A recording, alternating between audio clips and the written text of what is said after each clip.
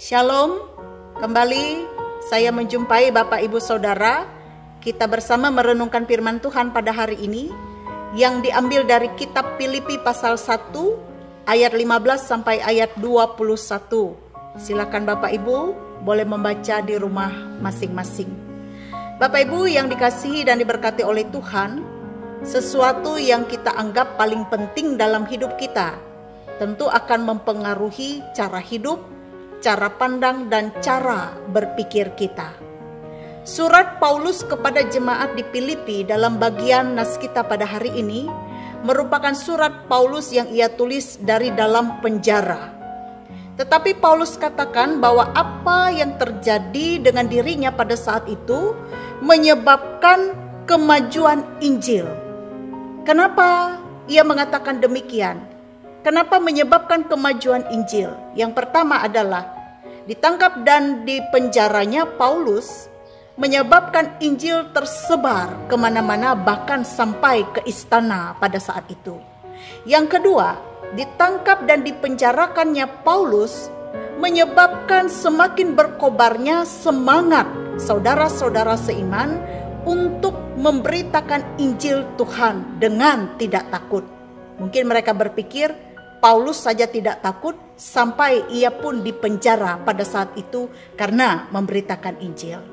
Nah, saudara-saudara yang dikasihi oleh Tuhan, dalam memberitakan Injil ini yang dilakukan oleh saudara-saudara seiman pada saat itu, rupanya ada sebagian dari mereka yang memberitakan Injil ini tetapi dengan motivasi yang keliru.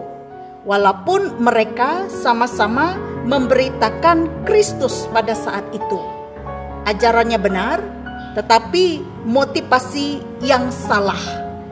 Ini yang dikatakan oleh Paulus dalam nas ini, bahwa mereka ini memberitakan Injil tetapi karena dengki dan perselisihan, karena adanya kepentingan sendiri dan tidak ikhlas.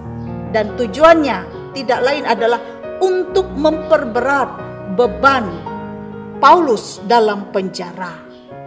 Sedangkan mereka yang memberitakan Injil dengan maksud yang baik, mereka ini berpikir bahwa di penjaranya Paulus itu tidak lain adalah cara kerja Tuhan, rencana Tuhan untuk mengatur segalanya. Tetapi mereka, kelompok yang lain, mereka berpikir bahwa di penjaranya Paulus mungkin ini karena kecerobohan dari Paulus itu sendiri.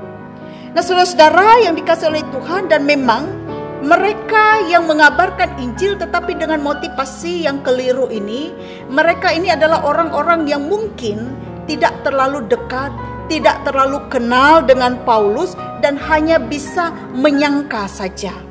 Nah, saudara-saudara yang dikasihi dan diberkati oleh Tuhan kita Yesus Kristus, keadaan yang dikatakan oleh Paulus dalam nas ini suatu keadaan yang terjadi di luar Paulus dipenjarakan, di luar penjara, sedangkan Paulus pada saat itu ia berada dalam penjara.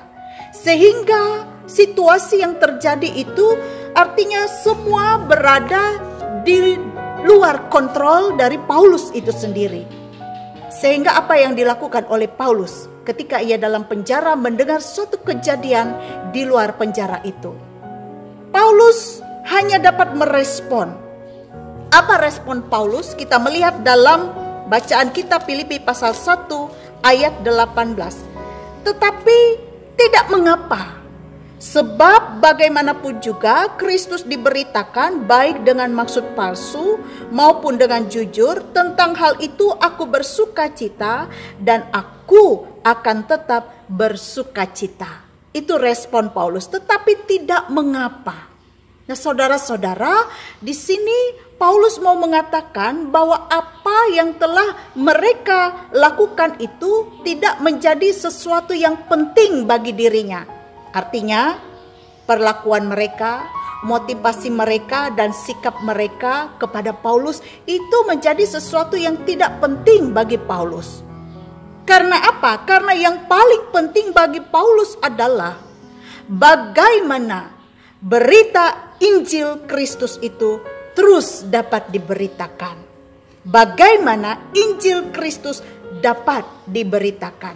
Dengan kata lain, Paulus di sini mau mengatakan reputasinya, nama baiknya yang ingin dijatuhkan, perasaannya dan fisiknya meskipun disakiti, itu merupakan sesuatu yang tidak penting bagi dia. Karena yang penting bagi Paulus adalah bagaimana Injil Kristus itu terus dapat diberitakan, baik oleh dirinya di dalam penjara maupun oleh orang-orang saudara seiman di luar penjara. Meskipun apapun motivasi mereka, tetapi Injil Kristus itu dapat diberitakan. Dan inilah sesuatu yang penting yang dianggap oleh Paulus dalam hidupnya, yaitu bagaimana Injil Kristus itu dapat diberitakan dan bagaimana ia hidup di dalam Kristus. Yang ia katakan dalam bagian firman Tuhan ini, bagiku hidup adalah Kristus dan mati adalah keuntungan. Yang penting adalah bagaimana ia hidup dalam Kristus dan Injil Kristus itu dapat diberitakan. Dan di luar sana, mereka yang memberitakan Injil dengan motivasi yang benar atau motivasi yang tidak benar, Tuhan saja yang dapat mengetahui itu. Saudara-saudara yang dikasihi oleh Tuhan, sehingga hal inilah yang membuat Paulus dapat berkata dalam nas ini, aku akan tetap bersukacita. Aku akan tetap bersukacita. Saudara-saudara, bagian firman Tuhan ini, apa yang mau disampaikan kepada kita? Bahwa yang pertama, apa yang sedang kita rasakan tidaklah sepenting apa yang Tuhan sedang kerjakan untuk kita. Mungkin saat ini kita memiliki perasaan yang tidak nyaman. Mungkin saat ini kita memiliki perasaan yang lemah, perasaan tidak berdaya, perasaan kita diperlakukan dengan tidak baik oleh orang lain. Tetapi melewati firman Tuhan ini seperti apa yang disampaikan oleh Paulus. Yang lebih penting daripada itu adalah apa yang Tuhan sedang kerjakan. Di balik setiap perasaan, di balik setiap peristiwa yang tidak nyaman sekalipun yang kita rasakan, Tuhan mengerjakan sesuatu yang lebih besar, lebih baik di balik itu semua.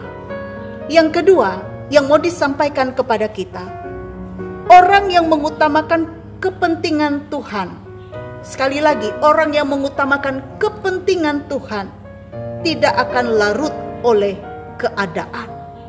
Dan Paulus di sini ia tetap bersukacita meski di dalam penjara, meski ada orang-orang yang berupaya untuk menjatuhkan reputasinya, ada orang-orang yang berupaya untuk memperberat bebannya di penjara, tetapi ia tidak kehilangan sukacitanya.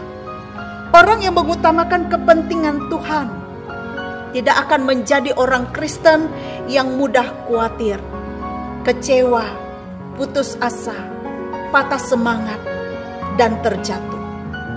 Dan orang yang mengutamakan kepentingan Tuhan tidak akan hilang sukacitanya meski dalam keadaan apapun.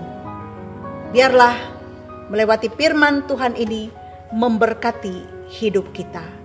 Amin.